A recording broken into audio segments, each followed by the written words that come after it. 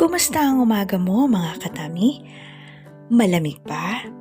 Tara na't samahan ako upang magluto ng pampainit sa umaga. Arroz caldo.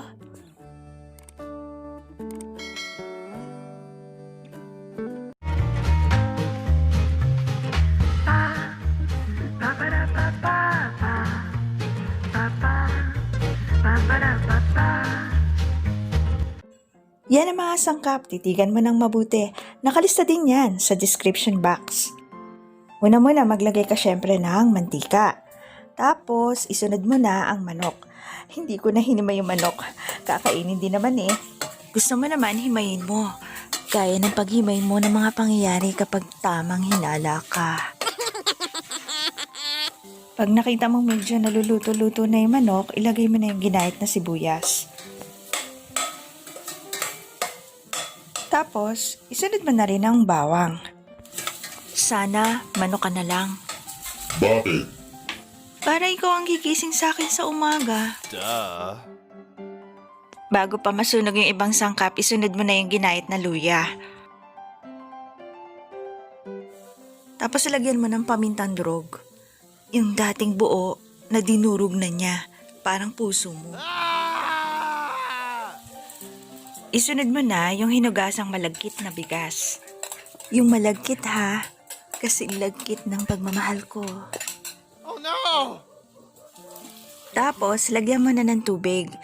Yung sasapat sa dami ng bigas mo o yung gusto mong dami. Sana malaman mong sapat na. Sapat na ang pagmamahal ko para malaman mong mahalaga ka. Dude, crap! Haluin mong bahagya. Pagkatapos ay takpan mo. Pagkatapos, lagyan mo na ng patis.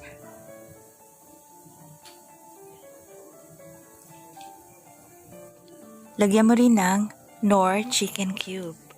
Knorr ka ba? Bakit? Kasi lagi mo na lang ako ini-ignore. Oh, hindi sponsored yan ha. Knorr, baka naman. Lagyan mo rin siya ng kasubha.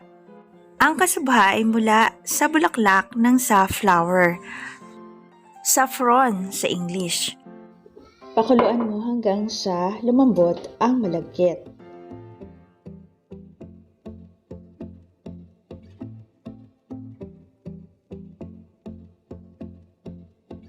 Ayan, luto na ang ating mainit na arroz caldo.